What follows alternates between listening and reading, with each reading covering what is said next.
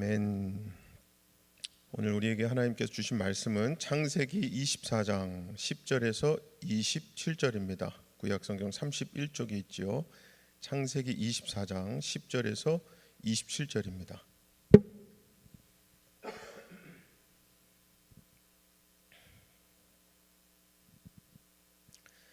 창세기 24장 10절에서 27절까지 교독으로 읽겠습니다. 제가 먼저 10절 읽습니다. 이에 종이 그 주인의 낙타 중 10匹를 끌고 떠났는데 곧 그의 주인의 모든 좋은 것을 가지고 떠나 메소보다미아로 가서 나홀의 성에 이르러 그 낙타를 성 밖 우물 곁에 꿀렸으니 저녁때라 여인들이 물을 기르러 나올 때였더라. 그가 이르되 우리 주인 아브라함의 하나님 여호와여 원하건대 오늘 나에게 순조롭게 만나게 하사 내 주인 아브라함에게 은혜를 베푸시옵소서. 성중 사람의 딸들이 물 기르러 나오겠사오니 내가 우물 곁에 서 있다가 한 소녀에게 이르기를 청하건대 너는 물동이를 기울여 나로 마시게 하라 하리니 그의 대답이 마시라 내가 당신의 낙타에게도 마시게 하리라 하면 그는 주께서 주의 종 이삭을 위하여 정하신 자라. 이로 말미암아 주께서 내 주인에게 은혜 베푸심을 내가 알겠나이다. 말을 마치기도 전에 르브가가 물동이를 어깨에 메고 나오니 그는 아브라함의 동생 나홀의 아내 밀가의 아들 부두엘의 소생이라. 그 소녀는 보기에 심히 아리답고 지금까지 남자가 가까이 하지 아니한 처녀더라. 그가 우물로 내려가서 물을 그 물동이에 채워 가지고 올라오는지라.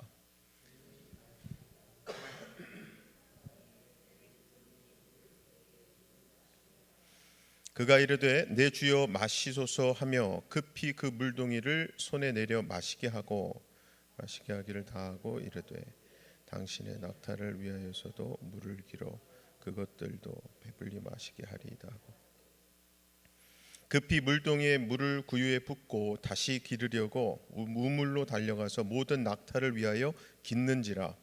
그 사람이 그를 묵묵히 주목하며 여호와께서 과연 평탄한 길을 주신 여부를 알고자 낙타가 마시기를 다하매 그가 반세겔 무게의 금 코걸이 한 개와 10세겔 무게의 금 손목걸이 한 쌍을 그에게 주며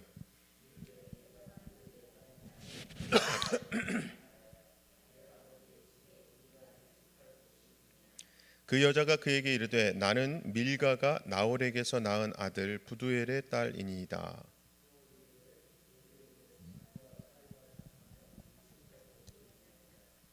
이에 그 사람이 머리를 숙여 여호와께 경배하고 이르되 나의 주인 아브라함의 하나님 여호와를 찬송하나이다. 나의 주인에게 주의 사랑과 성실을 그치지 아니하사며 여호와께서 길에서 나를 인도하사 내 주인의 동생 집에 이르게 하셨나이다 하니라. 아멘. 이번 창세기 24장은 이삭의 결혼에 대해서 무려 67개 구절에 걸쳐서 길게 이야기하고 있습니다. 원래 성경에 한 사람의 결혼에 대해서 이렇게 자세하고 길게 말씀한 것이 없거든요. 이삭의 경우가 유일무이합니다. 이 사실만으로도 이삭의 결혼이 결국 의미가 굉장히 깊구나, 성경적인 결혼의 롤 모델이 되고 있구나를 우리가 알 수 있습니다. 특히 이번 24장 말씀에 의하면은 성경적인 결혼의 조건은 한마디로 말하자면 순결과 믿음입니다. 그 중에서도 오늘 본문 말씀은 아브라함이 자기 아들 이삭을 위한 아내를 얻기 위해 보낸 종이지요. 엘리에셀이 신부감을 만나는 이야기인데요. 그래서 오늘은 이 엘리에셀의 관점에서 보는 하나님의 이야기, 더 정확히 말씀드리자면 엘리에셀을 통해서 하나님께서 우리에게 하고자 하시는 말씀이죠. 그 말씀을 여러분과 나누려고 합니다. 자, 엘리에셀은 지금 아브라함이 신부 대금으로 준 금은 패물과 짐승들을 이끌고 메소포타미아 나홀의 성에 도착했습니다. 참고로 이 나홀의 성이라고 하는 것은 성 이름이 나홀이 아니고요, 하란 땅인데 아브라함의 동생 나홀의 후손들이 사는 곳을 뜻합니다. 이 여정의 거리가 약 720km, 450마일입니다. 당시에는 걸어서 가거나 낙타를 타고 가야 했으니까 적어도 20일 정도 소요됐을 것으로 봐요. 중요한 것은 아브라함이 가장 신뢰하는 종 엘리에셀은 이 먼 길을 마다하지 않고 순종해서 자신의 임무를 실행하기 시작했던 거죠. 정말 엘리에셀이라는 사람이 그렇습니다. 그는 인생을 오래 살면서 상당한 식견과 지혜를 가지고 있던 사람이었거든요. 즉 사실 말이 종이지 엘리에셀은요 참 뛰어난 인물입니다. 그래서 아브라함 가정에는 가정교사와도 같은 사람이에요. 말씀에서도 보면은 일단 그는 이삭의 신부감을 어디에서 찾을 수 있는지를 잘 알았습니다. 어디뿐만 아니죠. 그는 저녁 무렵 많은 여인들이 물을 기르기 위해서 성문 밖으로 나오는 시간에 맞춰서 우물가에 미리 도착해서 기다렸죠. 물론 엘리에셀은 거기에 도착한 후에 하나님께 기도하는 것을 잊지 않았습니다. 즉 모든 일에 앞서서 하나님께 도움을 구하는 기도가 너무나 중요하다는 것이 여기서도 확인되는 거죠. 자, 그런데 이때 엘리에셀의 기도 내용이 참 주관적이고 독특합니다. 아무나 따라할 수 없는 그만의 독특한 기도예요. 그 기도 내용을 보면 이제 얼마 있으면 이 나홀성에서 여인들이 물을 길러 몰려올 것인데 그 중에서 자기 주인의 며느리가 될 사람으로 이런 여인이면 확신하겠다는 기도인 거예요. 그래서 한 여인에게 나로 물을 마시게 하라라고 할 때 그의 대답이 제가 물을 드리고 낙타에게도 물을 주겠다라고 하면 그 사람이 바로 하나님이 예정하신 여인인 줄 알겠다는 거죠. 물론 이런 엘리에셀의 주관적인 기도를 아무나 따라하면 곤란하겠죠. 말 그대로 이런 기도는요 그만의 주관적인 체험이기 때문에 그래요. 이게 예를 들자면 그런 겁니다. 어떤 청년이 이 말씀을 읽고 나서 나도 그렇게 해봐야지. 하나님 오늘 점심시간에 저 자매에게 커피를 사달라고 말하면 커피만이 아니라 점심까지 사준다고 하는 여자가 내 신부인 줄 알겠습니다. 이러면 곤란하겠죠. 이런 방식의 기도가 과연 엘리에셀의 기도와 같은 것이라고 할 수 있겠습니까? 당연히 아닐 거예요. 자, 그런데 얼핏 보면 엘리에셀의 기도가 무모해 보이고 모험적인 것처럼 보이지만요 실제는 그렇지 않습니다. 이게 사실 매우 섬세하고 철저하게 준비된 신부 선택 방식이었던 거거든요. 일단 엘리에셀은 아무데나 가서 이런 기도를 드리지 않았습니다. 그가 이런 기도를 하고 시도한 것은 메소포타미아의 나홀의 성에 와서야 한 거거든요. 즉 아브라함의 며느리는 이방인이어서는 안 되고 아브라함의 혈육 가운데서 찾아야 했기 때문에 그렇죠. 고로 엘리에셀의 신부 선택은 이렇게 어느 정도 가능한 범위 내에서 시작된 거예요.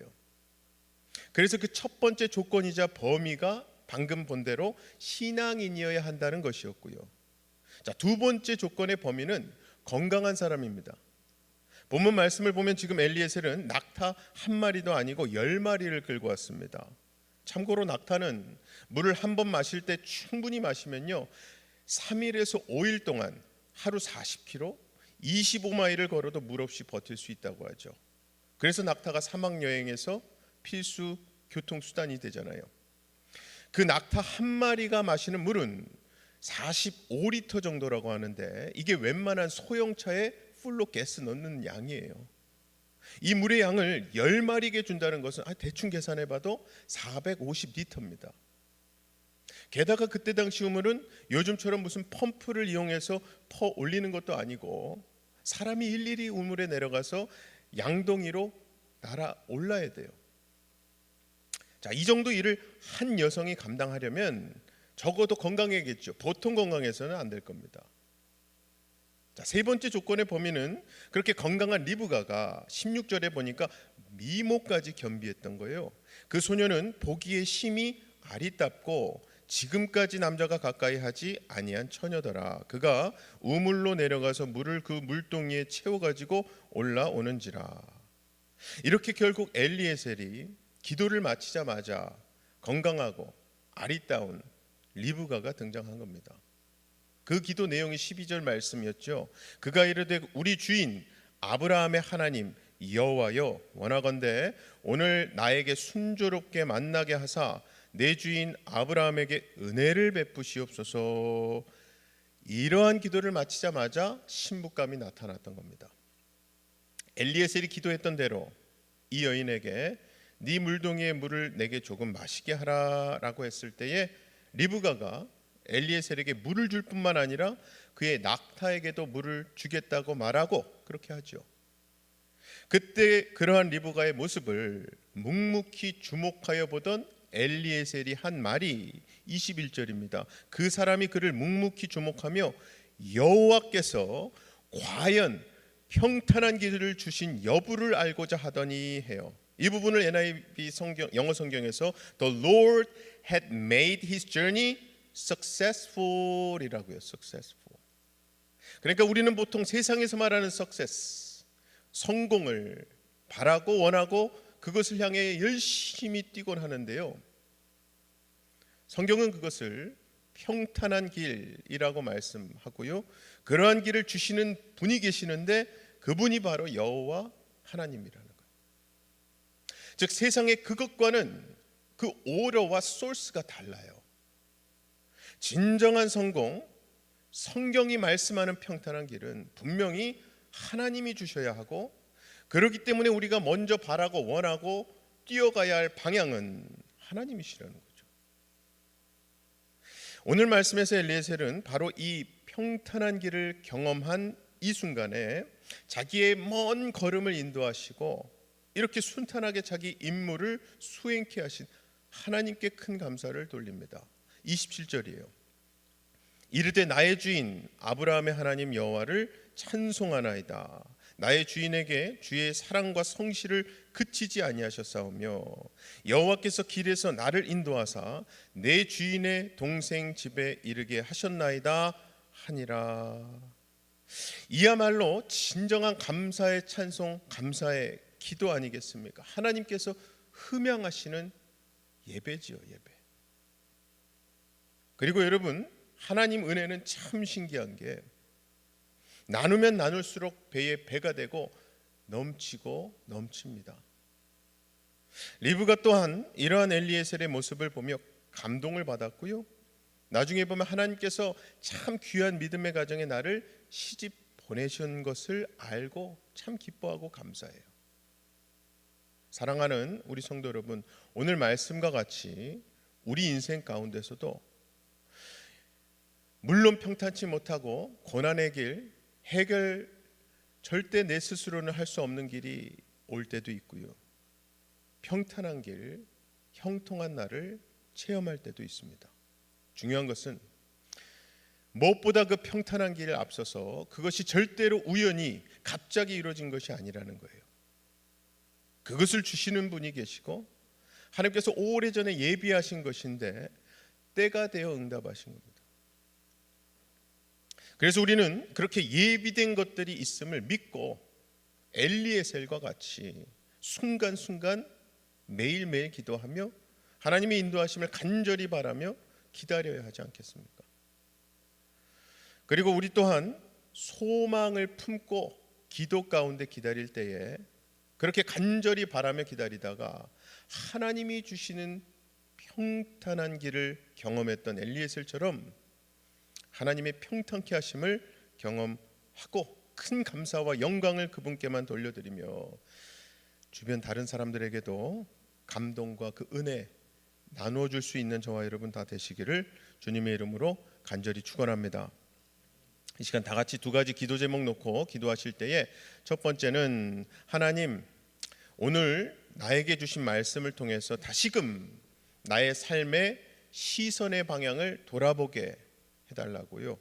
그래서 나의 삶의 걸음걸음을 추스리게 하셔서 세상 성공, 세상의 잘됨이 아니라 모든 성공, 평탄한 길에 소스가 되시는 하나님 바라보는 나의 시선, 나의 삶의 걸음이 되게 해달라고 기도하십시다. 두 번째는 우리 목자 수련회가 이번 주 토요일에 있고요, 목자 임명식이 주일에 있습니다. 우리 교회로서 이 목장으로 재편성되고 그 목장을 정말 주님의 마음 품고 섬기실 목자분들을 위한 귀한 시간들이 지금 하나님에 의해서 예비되어 있는데, 그 시간을 우리 김혜길 목사님 통해서 또 많은 섬기는 손길들을 통해서 은혜 가운데 인도해 달라고 꼭 기도 부탁드립니다. 다 같이 기도하겠습니다. 사랑의 아버지 하나님, 감사합니다. 오늘 주신 말씀 통해 다시금 나를 돌아보게 하시니 감사합니다.